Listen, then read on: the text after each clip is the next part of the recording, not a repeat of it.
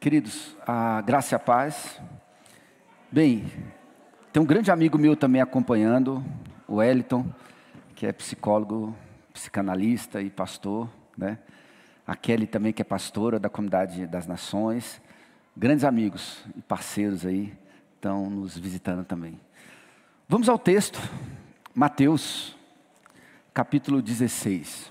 E para mim é uma alegria. Eu preguei no acampamento do Ministério 1 a 1, não me lembro o ano, mas eu preguei. Não me lembro o ano. E para mim é sempre uma alegria retornar, porque eu tenho uma história maravilhosa, assim, com o pastor Alcides e a Ana.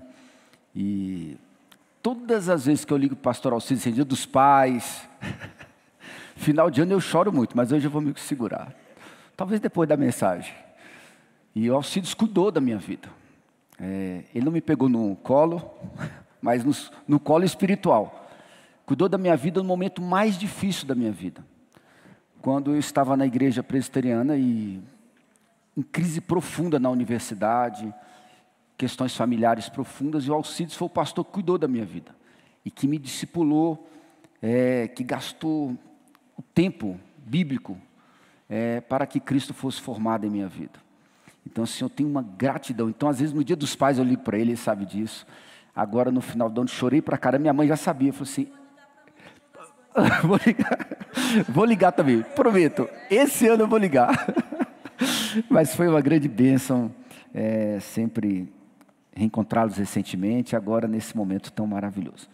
Mateus capítulo 16, o texto base da nossa reflexão, versículos 21 ao 23, diz assim a palavra do Senhor: desde esse tempo, a igreja só me acompanhe por favor, começou Jesus Cristo a mostrar a seus discípulos que lhe era necessário seguir para Jerusalém e sofrer muitas coisas dos anciãos, dos principais sacerdotes e dos escribas, ser morto e ressuscitado no terceiro dia.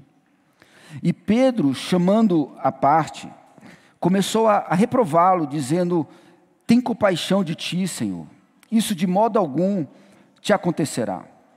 Mas Jesus, voltando-se, disse a Pedro: arreda, Satanás, tu és para mim pedra de tropeço, porque não cogita das coisas de Deus, e sim das dos homens.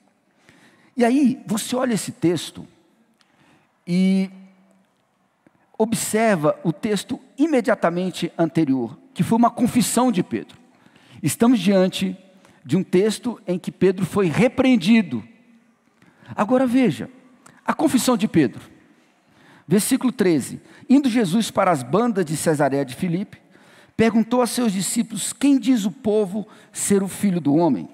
E eles responderam: uns dizem João Batista, outros Elias, e outros Jeremias ou algum dos profetas. Mas vós, continuou ele, quem dizeis que eu sou? Respondeu Simão Pedro: tu és o Cristo, o Filho do Deus vivo. Então Jesus lhe afirmou: bem-aventurado és, Simão Bar-Jonas, porque não foi carne e sangue que te revelaram, mas meu Pai que está nos céus. Também eu te digo que tu és Pedro, e sobre esta pedra edificaria a minha igreja, e as portas do inferno não prevalecerão contra ela. Dar-te-ei as chaves do reino dos céus, e o que ligares na terra terá sido ligado nos céus. O que desligares na terra terá sido desligado nos céus. Então advertiu os discípulos de que a ninguém dissesse ser ele o Cristo. É interessante, hoje nós estamos falando sobre a igreja.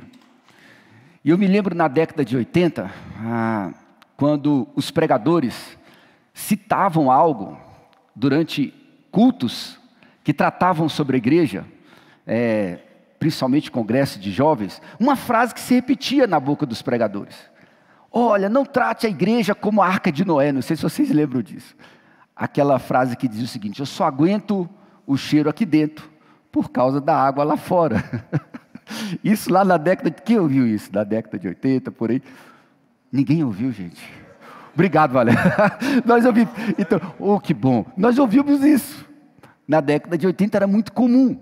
E recentemente, eu estava relendo um livro de um pastor, e ele também mencionou algo interessante. Depois de um congresso de jovens, ele saiu perguntando o que era a igreja para os jovens, adolescentes. E aí ele ficou muito curioso com a resposta de um jovem, que disse: olha, igreja é mais ou menos igual a casa da avó da gente. É bom demais, assim, visitar, mas morar lá não dá. Morar não dá.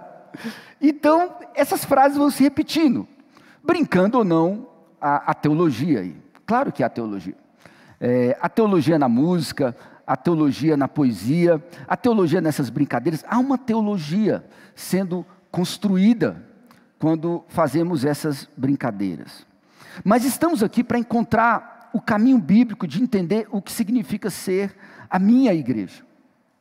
Mas veja que o texto começa lá no capítulo 16, com dois grupos interessantíssimos, aproximando-se os fariseus e os saduceus. Tentando, pediram-lhe que lhes mostrasse um sinal vindo do céu. Eles queriam um sinal. Veja, essa parte do texto é essencial para entendermos todo o texto. Ele, porém, lhes respondeu: chegada a tarde, dizeis, haverá bom tempo, porque o céu está avermelhado. E pela manhã, vocês dizem, hoje haverá tempestade, porque o céu está de um vermelho sombrio. Sabeis, na verdade, discernir o aspecto do céu, e não podeis discernir os sinais dos tempos? Uma geração má e adúltera pede um sinal, e nenhum sinal lhe será dado, senão de Jonas, e deixando-os, retirou-se. Vamos começar por aí. A reflexão é sobre o que significa igreja, mas nós temos dois grupos pedindo um sinal. Os fariseus, a palavra significa separados, santa comunidade. Eles eram em torno de 6.000 aproximadamente na época de Jesus. Mas eles desfrutavam, apesar de um número não expressivo na sociedade daquela época, eles desfrutavam de um grande privilégio. Por quê? Porque eles conheciam e apreciavam essa piedade. Eles tinham um zelo, que mais tarde vai ser denunciado por Jesus, que é um zelo sem entendimento. Mas eles gozavam de grande prestígio por causa disso. Eles estão atrás de um sinal. Eles conheciam a tradição dos pais, sobretudo em matéria de pureza, ritual e pagamento de dízimo. Amanhã falaremos sobre o jugo da igreja. O tema não é esse hoje. Mas eles conheciam profundamente essas leis da pureza. Porque você tinha lei para tudo. Como cozinhar o animal, como abater o animal, quem deveria entrar no templo, como que você deveria entrar no templo, que tipo de solado de sapato não profanava o sábado, que tipo de tira, uma espécie de cadastro você podia usar para não profanar o sábado. Tinham leis para tudo, eles dominavam isso. Eles dominavam isso. Mas nós temos um outro grupo, os saduceus, que também querem sinais. Era um saduceu era um membro de um pequeno, mas poderoso grupo religioso dos israelitas. Faziam parte desse grupo os sacerdotes, as pessoas ricas e de influência. Também querem sinais. Eles querem sinais.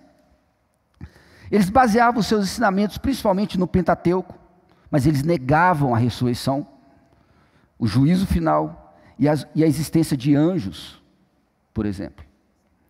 E o mais interessante, a Bíblia diz que eles não se davam. Os saduceus não se davam com os fariseus, mas agora eles se unem para pedir sinal. E eu fico olhando hoje a igreja, e Jesus diz, olha, o único sinal que será dado é o sinal de Jonas, que vocês devem se recordar que é uma referência, é uma alusão metafórica, pois Jesus está, nesse momento, ensinando um princípio. Que sinal seria dado? O sinal da ressurreição. É uma alusão à ressurreição. E o mais interessante é que essa alusão à ressurreição deveria de novo fazer parte dos nossos corações, porque muitas vezes nos perdemos quando olhamos para a igreja e esquecemos que a essência da igreja, o fundamento da igreja não é a busca por sinais. Nunca foi. Os grandes avivamentos não nasceram aí. Eu aprendi com um pastor, que talvez vocês não conheçam, Alcides Martins Júnior, pregando em Marcos capítulo 16, versículo 17, não me lembro o ano, e o Alcides pregando nesse texto: esses sinais hão de acompanhar aqueles que creem. Ele pregou sobre esse texto na igreja do Lago Sul. Não é o contrário, são sinais que vão acompanhando aqueles que creem. Não é o contrário, não são os que creem que vão ficar atrás de sinais. Porque a igreja não é isso, gente. Nunca foi. Um amigo meu, querido, amado do coração, me procurou e disse assim: rapaz, eu não sei onde eu vou parar. Eu falei: como assim? Você sabe que eu sou recém-convertido? Eu falei: eu sei. Mas olha, eu olho para mim e olho para o apóstolo Paulo, pastor Júnior, tudo que eu estou fazendo, rapaz, está ultrapassando o apóstolo Paulo. Eu falei: sério? Ele falou assim: sério. E aí eu quero te fazer uma pergunta: onde que eu vou parar? Eu falei: talvez ser crucificado e ressuscitar. O caminho é esse. Mas ele falou assim: não, porque eu estou fazendo sinais, eu oro por gente e a pessoa é restaurada. Porque eu chego e dou uma palavra. Eu falei: meu irmão, se alegre, porque o seu nome está escrito no livro da vida.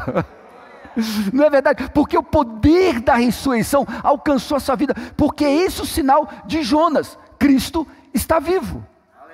Nós estamos aqui hoje porque não deu tempo da grama crescer sobre a sepultura de Jesus com ele dentro, porque Cristo ressuscitou. E esses líderes estavam pedindo um sinal. Queremos um sinal, e Jesus fala: não será dado. Até porque Jesus faz sinais quando ele fez sinais quando ele quis fazer, e continua fazendo isso. Ele não se entregou a nenhuma avidez e busca de sinais, e jamais realizou sinal nenhum como demonstração, como validação e como talvez atendimento de capricho de ninguém, gente. Mesmo os sinais descritos claramente em Marcos, o sinal da questão das serpentes, por exemplo, né? Quando você vai lá no Evangelho de Marcos, rapidamente, você vai olhar lá um sinal, né? Os sinais que acompanham os que creem.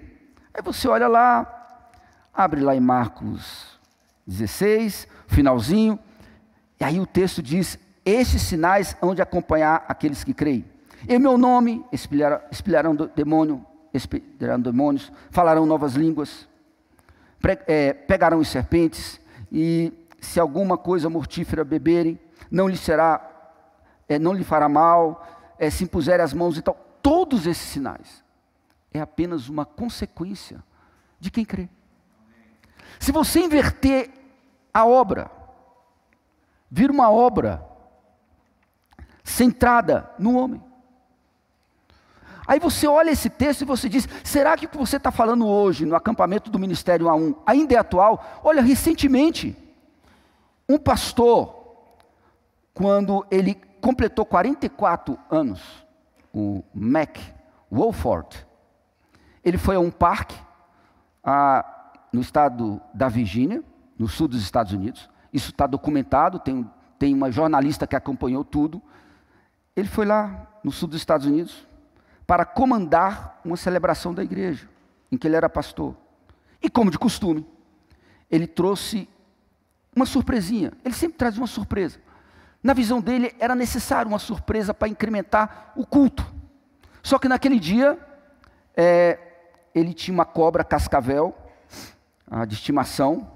Isso estava sendo acompanhado por um jornalista. Em determinado momento, Mac Wolford, ele manuseou o seu pet, para ilustrar exatamente o que diz Marcos na visão dele. E aconteceu que ele foi picado. Quando colocou a cobra de lado, ela deu bote e o mordeu. 10 horas mais tarde, 10 horas, o pai dele já tinha morrido pelo mesmo motivo. O pai dele já tinha morrido pelo mesmo motivo, também pastor. E ele colocou a cobra de lado, ela deu bote. 10 horas depois, ele se recusou a ser ajudado pela junta médica, e ele morre depois de tudo isso. O pai dele também, pastor, morreu ao ser mordido por uma serpente também. A prática continuou. E o mais surpreendente é que a liderança disse que era preciso continuar isso, para atender o que a Bíblia ensina. Não é isso que a Bíblia ensina, queridos. O texto não está falando sobre isso. Se você inclusive ler a Bíblia, você vai ver quantos morreram no deserto porque picados de serpentes, porque estavam tentando ao Senhor. É só você ler na palavra. Porque exatamente isso, a igreja está aqui hoje, porque nós cremos que os sinais acompanham os que creem. Não é o contrário. Então, você olha a própria Bíblia, que vai falar sobre isso. Não ponhamos o Senhor à prova. Primeira carta de Paulo aos Coríntios, capítulo 10, versículo 9. Como alguns deles já fizeram, e pereceram pelas mordeduras das serpentes. Eles morreram pelas mordeduras das serpentes. A bateria de Deus falhou? As previsões de Jesus não se cumpriram? Não, porque não tinha finalidade, não tinha propósito. O milagre, ele só deve existir para glorificar a Deus, para a expansão do reino. Eu sempre acreditei que os dons são contemporâneos. Eu sempre acreditei um Deus que faz sinais, não é essa a discussão. Mas eu acredito que é preciso ter uma finalidade, um propósito que é glorificar a Deus.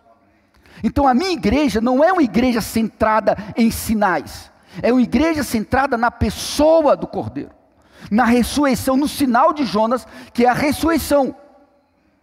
Os sinais vão acompanhar. Hoje mesmo podemos ter sinais maravilhosos nesse lugar, mas como reflexo da glória de Deus. Então a minha igreja não é uma igreja centrada nisso. Eu fui surpreendido com um pastor uma época, uma pessoa que disse: estou saindo da igreja. Eu falei: tá, mas alguma razão particular? Tem. Eu pedi 5 coisas para Deus nesse lugar, Ele só me deu 4. Eu falei: não, mas é assim, é sério? Eu falei: não, é sério. Eu consegui 4 coisas, a 5ª eu não consegui, vou sair desse lugar. Ela saiu. Eu falei: você já se perguntou se essa 5ª coisa, que eu não sei o que é, se isso realmente é da vontade de Deus? Você já se perguntou se essa 5ª coisa que você está buscando, de fato expressa o reino de Deus? Porque, gente, nós queremos que Ele abençoe a nossa igreja, mas Ele disse: eu vou edificar a minha igreja, Ele é o Senhor. Então essa palavra aqui está aqui, para todo mundo. Mateus 16, eles estão pedindo sinal, e Jesus fala: o sinal será a própria ressurreição, o Cristo ressurreto. E quando eu estava pensando na palavra para o acampamento, eu me emocionei ao lembrar de um escritor muito conhecido dos reformados, que é o Paul David Tripp. Ele tem um livro lindo, Instrumentos nas Mãos do Redentor. Que livro! Uau! Que livro! Só que tem uma experiência que ele conta no livro que eu me emocionei. 1978, ele diz que fez uma das coisas mais corajosas da vida dele. Professor do departamento infantil. Ele diz: olha, isso é assustador para um pastor. Assustador para um teólogo. Quem dá aula aqui para o departamento infantil? Gente, olha, é desafiador. O grande teólogo, Paul David Tripp, falou assim: gente, eu fui aceitar isso. Aceitei por quê? Orçamento baixo. A gente não tinha como contratar muita gente. Eu falei: vou aceitar. Eu sou diretor, mas eu posso aceitar isso. É um desafio tranquilo. Tranquilo? Lá foi ele. Ele conta que era uma festa de aniversário. Gente, era só uma festa de aniversário. Nada mais. Ele estava lá, uma menininha, Suzy. Cara, a Suzy era aniversariante. Aí, presentes e tal. E aí tinha um menino. A sala de aula preparada, a menina feliz, a aniversariante rodeada de presentes. E tinha um menino, Gustavo, nome do meu filho, mais novo. Gustavo. O Gustavo falou: a festa é minha, os presentes são meus, o bolo é meu, a festa é minha. E ele não sabia, o grande teólogo falou: o que eu faço? O menino falou, eu quero a festa. Começou a estragar, todo mundo, você vai estragar a festa. A atenção toda, ele foi chamando para ele, falou, e agora o que vai ser? E ele não sabia o que fazer. O Gustavo começou a desejar a festa, os presentes, tudo, o bolo, os doces. Então, uma das mães, o teólogo não resolveu, uma das mães foi até ele, Gustavinho, se ajoelhou ao seu lado,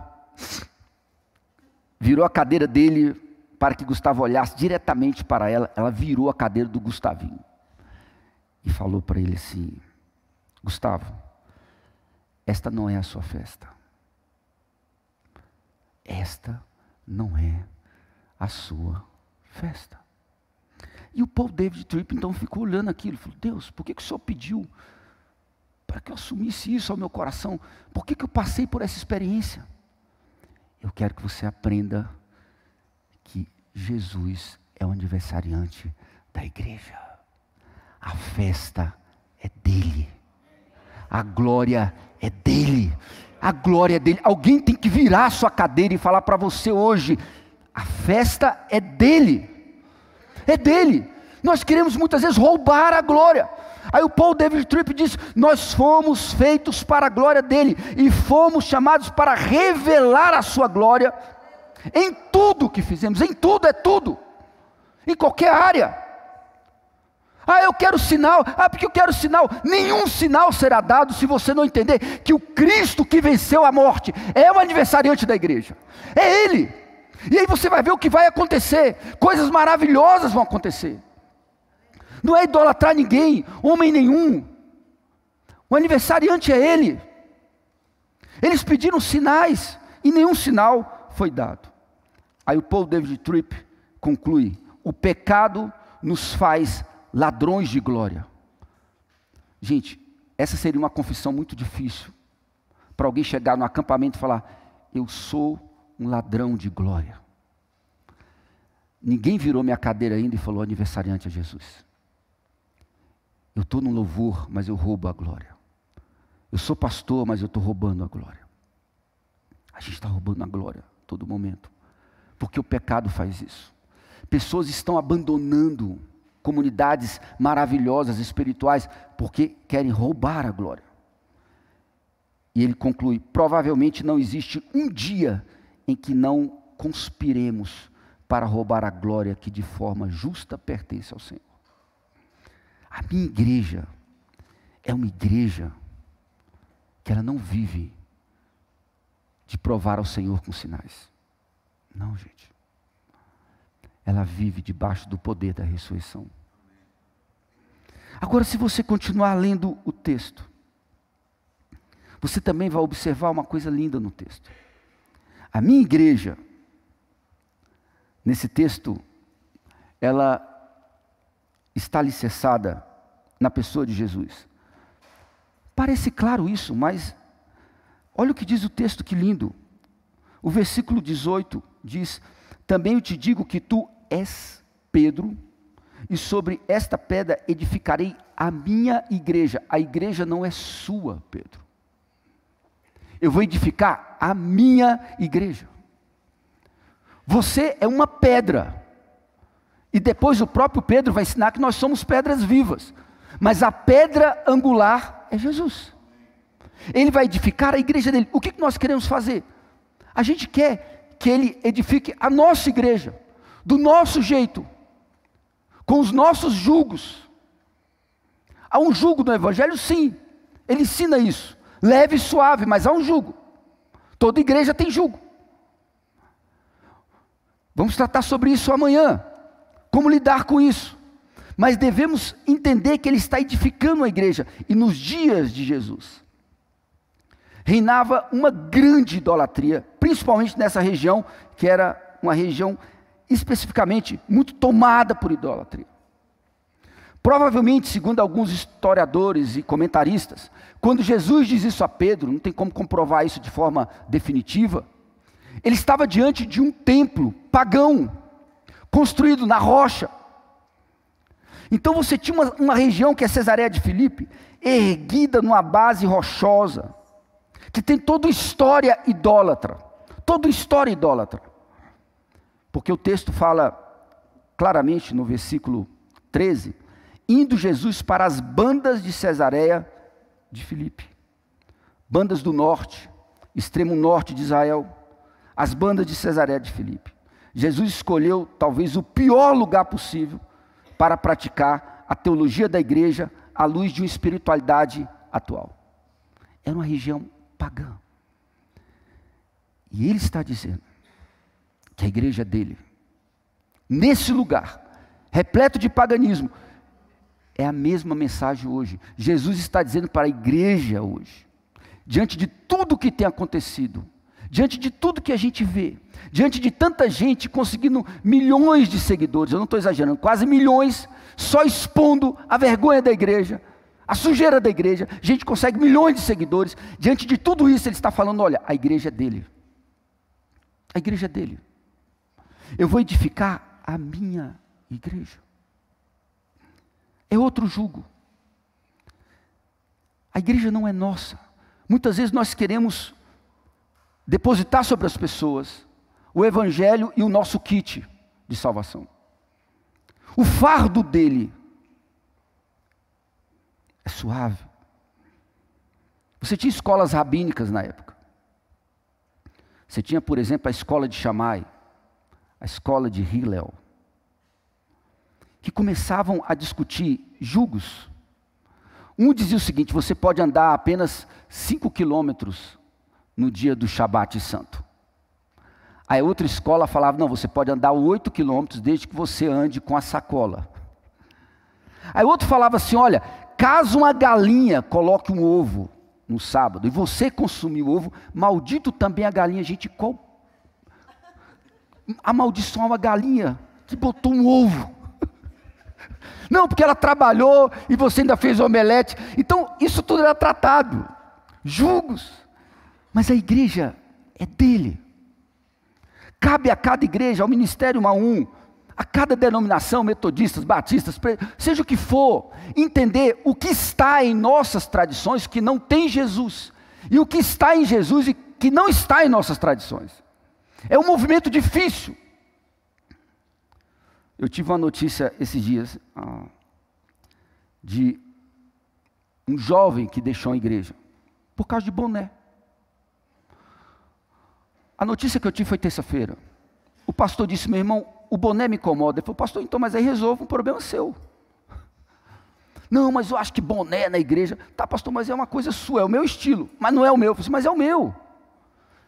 Olha, não estou gostando do irmão aqui. Pastor, mas eu estou aqui. Se alegre por eu estar aqui, né? Mas deveria estar sem boné. Eu falei, pastor, mas eu gosto. Meu irmão, vamos ver até onde isso vai. Ele continuou indo de boné. O pastor falou, já não estou conseguindo pregar. De novo, pastor, o problema é seu. É um boné, cara. Paz, eu queria te fazer o seguinte. Ou larga o boné, ou larga Jesus. Ele largou a igreja. Vou ver se eu apresento para ele a igreja que a pessoa pode usar boné. Ministério A1. É um boné. A igreja é dele. Gente, a igreja é dele. Se queremos ver uma igreja vibrante, forte, é entender que ele está edificando. Pedro, você é apenas uma pedra. Mas não tem como você construir uma igreja sozinho. Por que algumas igrejas estão agonizando? Nas palavras do meu amigo Wellington, muitas igrejas, elas não nascem, elas são só abertas. São aventuras. Igrejas estão sendo abertas, aí os pastores ficam agonizando, não tem gente, o que eu faço e tal. Claro, a igreja só foi aberta, igreja não é aberta, igreja nasce de um propósito. Eu estava no Parque Shopping, com o pastor Alcides, num lugar que nem existe mais, que é um quiosque, que era bom, e ele falou assim, um cafezinho, ele falou assim, olha, estou começando algo novo. Ele conversou comigo, olha o algo novo aqui. Esse ministério espalhado. Igreja não é aberta, igreja nasce de um propósito, nasce do sinal de Jonas. Cristo ressuscitou. Então nós estamos aqui hoje porque nós cremos que a igreja é dele. A igreja é dele. Gente, você não precisa descaracterizar a sua denominação, não estou dizendo isso, mas você não pode colocar um jugo demasiado, há jugo. Porque há também um discurso hoje, que nós vamos discutir isso amanhã, um discurso centrado numa graça, que a pessoa fica perdida também, porque parece que não tem jugo, parece que Jesus não tem exigência, a exigência é muito maior, inclusive, do que os rabinos da época. Porque ele diz assim: ouvistes o que foi dito, não matarás. Eu, porém, vos digo, gente que tem ódio na alma e no coração, porque não tem ódio gospel, gente. Um dia o irmão falou: pastor, eu estou com ódio, mas é gospel. Não, não, gente, ódio não é gospel, é ódio. Então você não mata. Os rabinos falavam assim: olha, não é para matar. Jesus fala: ouviste o que foi dito, não matarás. Eu, porém, vos digo, se você deixa o seu coração ser tomado por amargura, por ódio, você é um serial killer. Pode ser até gospel, mas é um serial killer gospel. A exigência é muito maior, gente, é muito maior. Então, como que esse fardo é leve? Como? Mas é porque a gente precisa entender um aspecto. É o sinal de Jonas. O poder da ressurreição que está em mim e em você. O problema não é o peso, mas é o Senhor que nos dá a força necessária. A exigência é maior, gente, de amar. Mas quando nós olhamos esse texto, e tanta gente se perdendo, eu fiquei muito surpreso. Eu achei que era uma piada, mas não era. Eu nunca, lá na igreja que eu pastorei da Alvorada, por quase 20 anos, uma das primeiras coisas que eu fiz, eu falei assim: olha, eu não me sinto bem ficando ali na frente, eu queria ficar com as pessoas, sentadas, assim, mas eu não sou contra quem quer sentar, mas eu não queria, quero ficar com as pessoas e tal. Eu sentei assim num banco, o primeiro banco era para ficar mais fácil.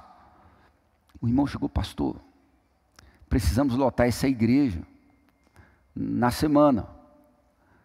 Eu falei: olha, meu irmão, é porque assim, estudo bíblico, oração, eu acho que a gente precisa fazer algumas coisas novas. Eu falei: meu irmão, você tem alguma ideia legal, mas assim, agora é a hora do culto, depois a gente conversa, ora. Não, mas é uma coisa emergencial.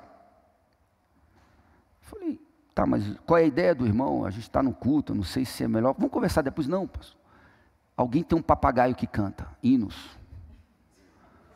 Eu falei: olha, meu irmão, não estou entendendo. Não, é um papagaio que canta alguns hinos. Tá, mas qual é a proposta do irmão? Então, pastor, vamos trazer esse papagaio para cantar aqui. Eu falei: cara, mas... Eu falei: meu irmão, eu acho que... Não, pastor, só alguns cultos. Eu falei: cara, mas... Não, meu irmão... Não, aí depois que lotar... Gente, quase... Olha, deu vontade de perguntar, porque eu não queria ofender o irmão. Ele prega também. Gente, eu falei: não, meu irmão, mas assim, trazer um papagaio... É porque ele canta os hinos da harpa. Eu falei: cara, mas assim... A que ponto nós chegamos? Era uma ideia... Ele deu uma ideia... real. Ele disse: não, pastor, porque se esse papagaio canta e enche o culto, depois eles começam a pregar. Aí ora, mas deixa ele cantar, o papagaio cantar. Olha, gente, é complicado. Fiquei imaginando a oferta para o papagaio. Qual seria a oferta? Olha aí, um caroço de girassol. Oferta para o papagaio, né? Cantar, né? Trabalhar ali. Gente, é algo assim impressionante. A gente conta assim, o pessoal não acredita. Mas a igreja, a gente fala assim: ah, não, isso era um problema dos saduceus. Era um problema. Não, gente, não era um problema dos saduceus, dos fariseus. Continua. É gente querendo trazer papagaio. Gente, não é isso. De forma diferente. Mas a igreja é dele. Quando eu olho esse texto, a igreja é dele. Ele fala: Pedro, você é só uma pedra. Vocês são pedras vivas, mas uma pedra sozinha não vai. Porque a pedra angular é Cristo. Mas você vai fazer diferença. O aniversariante é Cristo, mas você vai fazer a diferença. Que diferença você faz hoje? Gente, pensa que história que nós estamos construindo na vida das pessoas, por onde você tem passado. Você é uma pedra viva. Talvez você precise entender hoje à noite. Talvez você esteja aqui e fale: mas ainda ninguém virou minha cadeira e falou aniversariante a ele. Talvez seja isso que precisa essa noite. Talvez você fale assim: ah, mas a minha vida, olha, a minha vida, eu não consigo ver sinais, eu não consigo ver Deus me usando, eu não consigo isso. Não. Creia no Senhor da glória. Os sinais vão acompanhar os que creem. naturalmente. É isso. Naturalmente vai fluir essa graça. Você vai alcançar vidas. Sua vida vai ser transformada. Mas tem que existir um propósito. Quando Paulo foi picado por uma víbora, o texto de Marcos se cumpriu. Mas ele estava, depois de um naufrágio, numa ilha.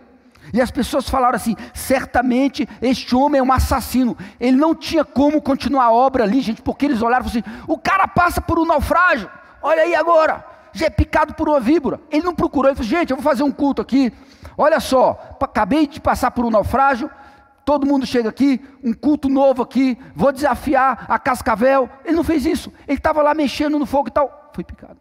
Eles falaram assim: esse homem é um assassino. Gente, aquilo era uma questão missiológica. E agora? Paulo estava diante de uma acusação. Ele é um assassino, passou por um naufrágio e agora foi picado por uma víbora. Aí, eles ficaram esperando Paulo morrer rapidamente. Nada aconteceu, mas continuou uma visão errada. Eles falaram assim, mudando de parecer, diziam ser ele um Deus. Ele é o aniversariante. Mas se cumpriu Marcos, um sinal que estava acompanhando com um propósito e um contexto missiológico. Sabe qual é o nosso problema, gente? Está faltando contexto missiológico na igreja. O problema não é que está faltando. Uma pessoa diz: não, está faltando sinais, pastor. Não, meu irmão, está faltando visão missiológica na igreja. Questão de sinais. Gente que entende que é um missionário por onde quer que ele passe. Ele entende isso. Onde Deus tem levado você a entender que tem um chamado missiológico. Você é uma pedra viva. A pedra angular é Cristo, mas você é uma pedra viva. Pense, nós estamos no início de um ano. Estou quase terminando. Quantas pessoas você evangelizou no ano passado? Por quantas pessoas você orou? Aí você está falando que o problema da igreja é sinais. Não, não é isso não. Os sinais vão acompanhar. Deus é maravilhoso. Por onde você passar, Deus vai fazer uma obra maravilhosa. Mas você precisa ter a visão. Você está aqui hoje, entender a minha igreja, essa igreja de Jesus. E você, como pedra viva dela, você tem que entender sua missão nesse mundo. Revelar a glória de Deus. Não é roubar a glória de Deus, é revelar a glória de Deus. Para as pessoas, nos mínimos detalhes, nas coisas mais simples da vida, você vai revelar a glória de Deus. Gente, é algo maravilhoso. A gente ficaria a noite toda aqui com tantos testemunhos nesse lugar, de gente que está revelando a glória de Deus no trabalho, para as pessoas com quem você convive, estranhos que você encontra na rua, você ministra, revela, cumpre o seu propósito. Esse é o desafio para você. Olhar para esse texto e parar de ficar pedindo sinal. Jesus fala: não será dado. Uma geração má e adúltera pede um sinal, e nenhum sinal lhe será dado, senão o de Jonas. O de Jonas, que é a ressurreição. Nós vamos orar. Eu tenho certeza absoluta que não importa nem mesmo a geografia da sua vida. Você fala assim: mas espera aí, pastor, você não conhece minha família, minha história de vida. Eu não sei que Cesareia você está envolvido, porque Cesareia era um lugar de muito paganismo. Os filhos de Israel, quando eles invadiram a terra, conquistaram, essas bandas do extremo norte foram das poucas de onde eles não conseguiram desinstalar os habitantes. Deu no que deu também. Eles permaneceram ali a vida inteira. Era uma cidade construída por Herodes, Filipe, dedicada ao imperador César, e daí? Foi lá que Jesus falou: eu vou edificar minha igreja, é aí. Eu não sei a sua Cesareia. É uma família adversa? É um trabalho que você diz: não consigo falar do amor de Deus nesse lugar. Não é um trabalho. Não importa. Não importa a Cesareia que você esteja, foi o melhor lugar para Jesus ensinar que não é a geografia que vai determinar a sua visão missiológica. É a sua disposição de servir, e de ser bênção, e de ser usado por Deus. Acho que eu até já contei lá no Jardim Botânico, não me lembro em que ano, mas eu me lembro que a gente pregou para uma senhora, na rua, por causa de um grupo familiar. Minha mãe falou, tem um grupo aqui, a gente começou a pregar para ela, falou assim, não sei, porque eu sou de outro legado espiritual. Enfim, não quero dar detalhes aqui, mas ela falou assim, eu sou de outro esquema, outro não sei o que lá e tal. Eu disse, não, mas conheça o Evangelho. Começamos a pregar para ela. Tinha uma Assembleia de Deus bem pertinho da casa dela. Já era uma senhora idosa. Ela entendeu a palavra ali que a gente ministrou. E ela foi para a Assembleia de Deus. Ela se tornou membro da Assembleia de Deus. Aí ela chegou para mim e falou assim, minha casa, pastor, você não tem noção da minha família. Porque eles eram do Piauí. E lá tinha uma tradição da sanfona. Assim, pastor, você vai pregar no meu aniversário. Eu falei, ok. Quem lembra? Eu acho que eu contei essa história lá. Não, vocês contei. Cesareia, a família toda ali. Não tinha histórico de evangelho. Não tinha. Eu sabia daquela missão em meu coração.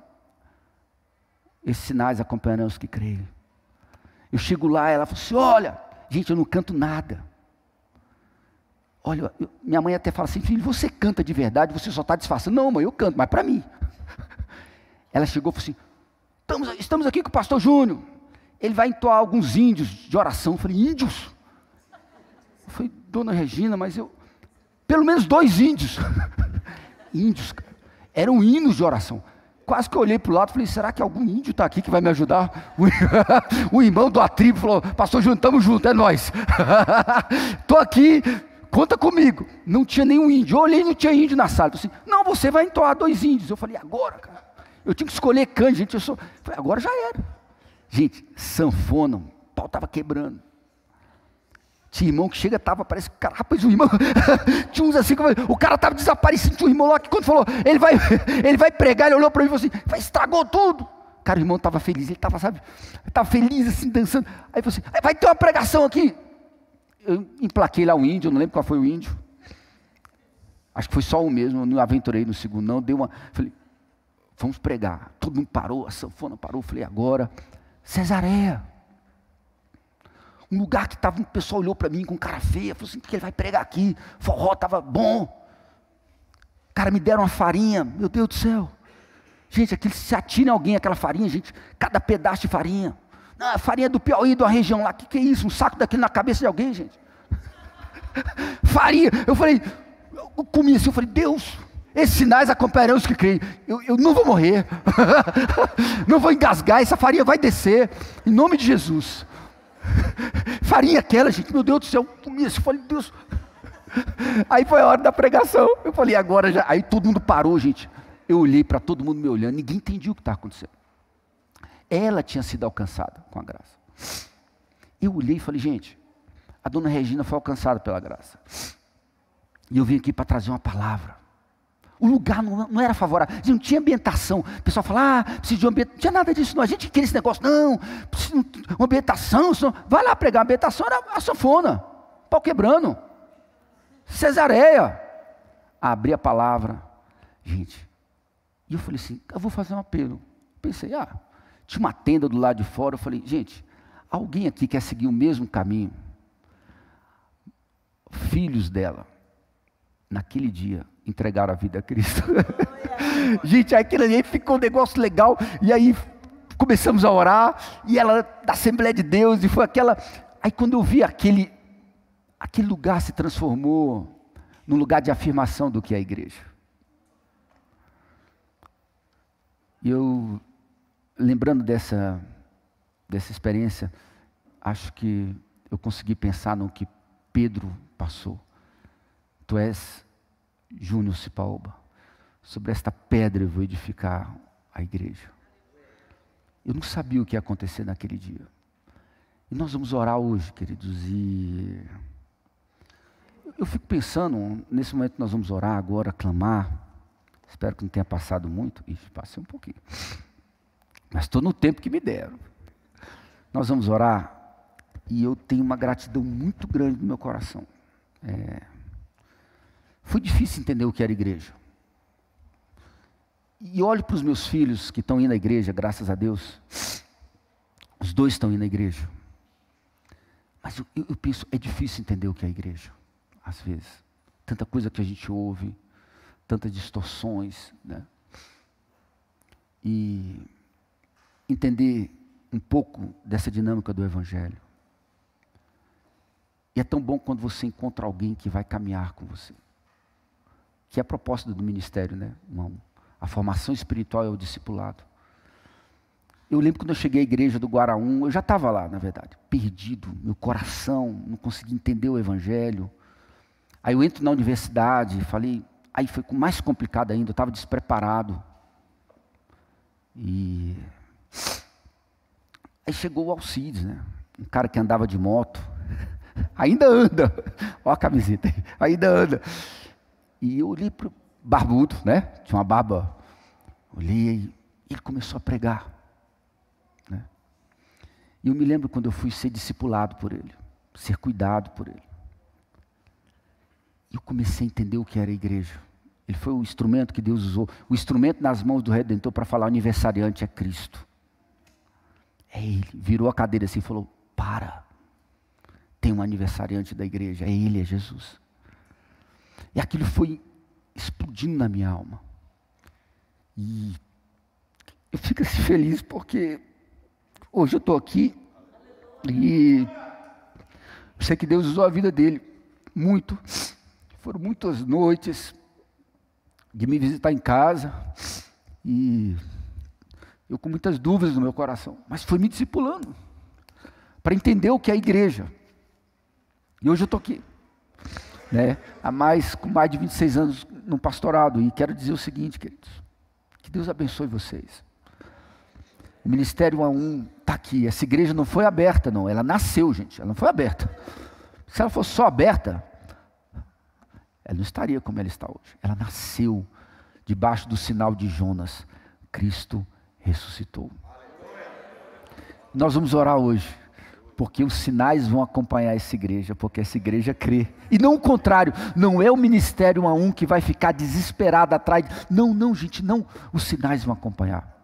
Nós vamos orar hoje para que Deus reacenda em seu coração que o aniversariante é Cristo. Quem sabe seja um momento hoje, não sei, talvez você tenha entrado ferido aqui, talvez você fale: eu não gostei dessa parte que falou que nós somos ladrões de glória, mas muitas vezes nós estamos roubando a glória. Por isso que sua vida está seca. Eu quero orar por aqueles, queria pedir para o Alcides orar, para reacender a visão missiológica no seu coração. Você é uma pedra viva dessa igreja maravilhosa. Quem sabe hoje seja um tempo tão maravilhoso de derramamento do Espírito na vida da igreja. Amanhã nós vamos falar sobre o outro texto de Hebreus e o fardo de Jesus, como que ele se torna leve, já que tem tantas exigências. Mas isso é amanhã.